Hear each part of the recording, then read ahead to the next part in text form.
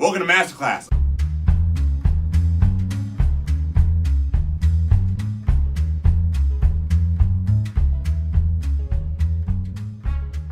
Today we are focusing on the audition. Auditioning is obviously a very important part to acting because without the audition, you cannot get the job. One thing I like to tell, one thing I like to explain to my actors is when you do go to these auditions, you are there to give them a performance. You don't go to the audition begging for the role. A casting director can sniff that out in a second. You go there and you're there to give them a small, tiny performance and give it to them, and you leave it there. And you leave it there, and then you don't think about it when you leave. Oh, wow. Don't laugh. I wasn't laughing, just wow. I look like an idiot. No, you don't. You look like a Don't say it. cow. I'm taking this off. No, Mark, please don't. Christina's been terrorizing me all year, and this will totally freak her out. Yeah. Let's pray on the fact that she was attacked by a cow at her uncle's farm when she was 5. Real classy. Why, thank you. And if she's your enemy, why are you in a cow suit? Because I'm shooting the video. Oh, okay. Well, I'm perfectly capable of shooting a video. Shh, she's coming. And cut. Bravo. One thing that's hard for actors to do is to really let go of an audition. There'll be a big audition, whether it's from their favorite show or whether it's just from a show, where they'll get super excited about it and they'll get so stuck in their head and they'll actually block themselves off from actually being able to do the best that they can do as far as auditioning.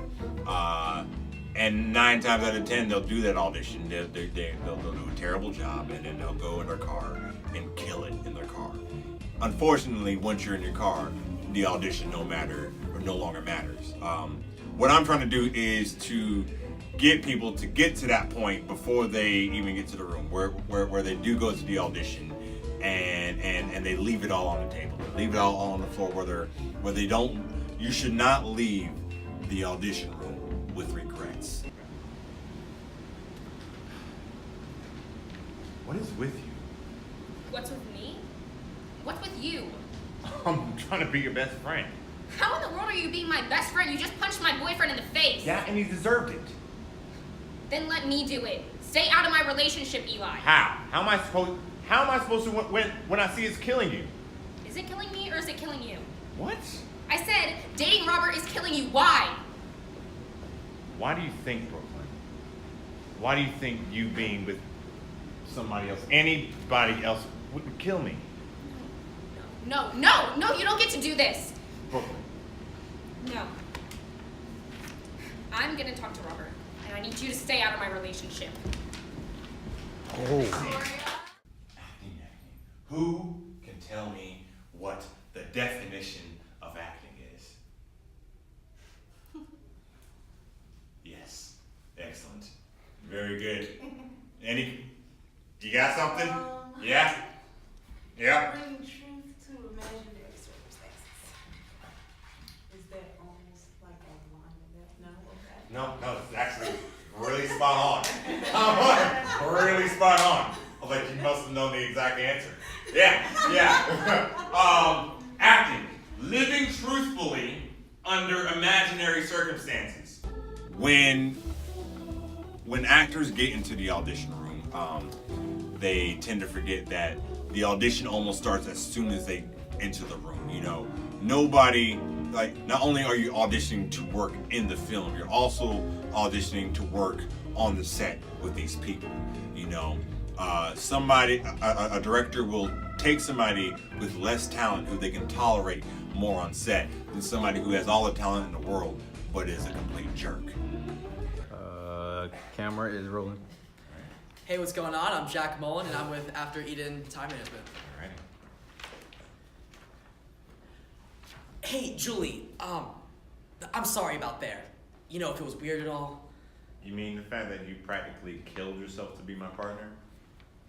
Yeah, that. I didn't mean to. You mean to reveal to possibly the whole class that you might just be a little, Okay, please don't say obsessed, okay? I'm not, like, obsessed per se. I was actually going to say weirdo or crazy, Well, I guess that's fine. but now I'm thinking that you might be obsessed. Um, Are you obsessed with me, Adam Nemiroff? okay, maybe just a little. All right, but like I swear, like not in a weird way.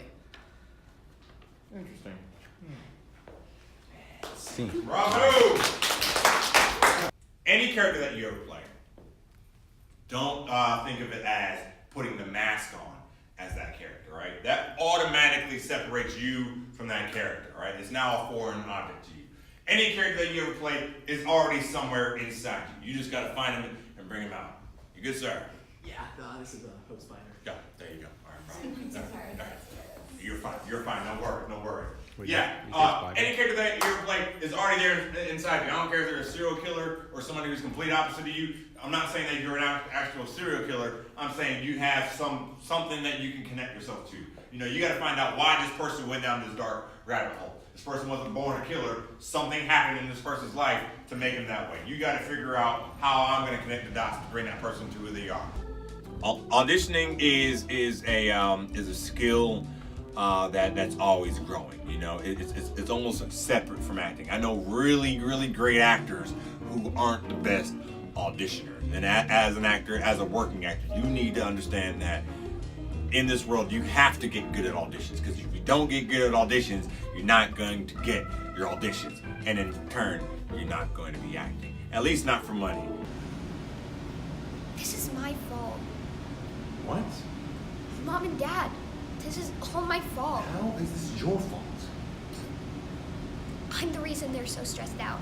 My recitals, rehearsals, and... Stop it. This isn't your fault. Adrian. It's not. They love us.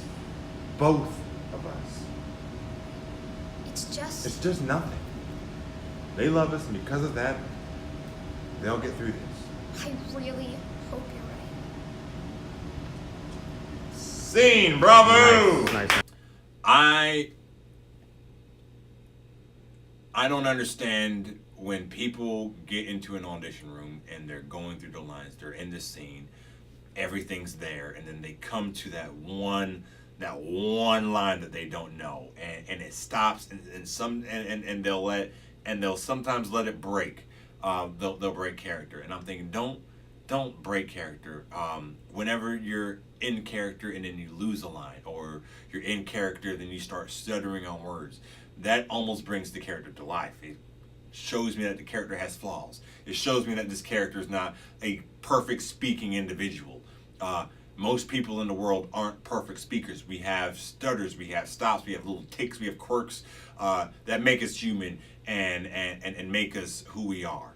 Our job as an actor is to create a believable person.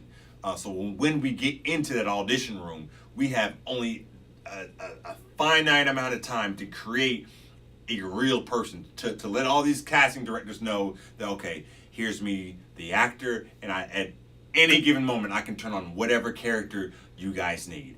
And the more experience we have doing that, the more experience we have auditioning, the better our skills get, the sharper we get, and then the less fear we have. You can't go into an audition with any fear. Fear is going to hold back your performance. Some of our best auditions is when we don't care.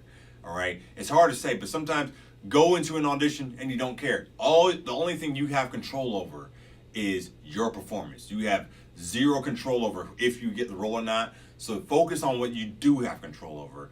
And once you realize that there's only one thing that you do have control over, then that takes a lot of the pressure off, and lets you realize, I'm just an actor. I'm going to go in here, I'm going to do my job, I'm going to perform, and then I'm going to leave. And if they like me, great. And if not, then that's great too. I'm going to move on to the next one. And if it's something big like Stranger Things, I'll cry in my car and shake it off when I get out and leave it on the floor.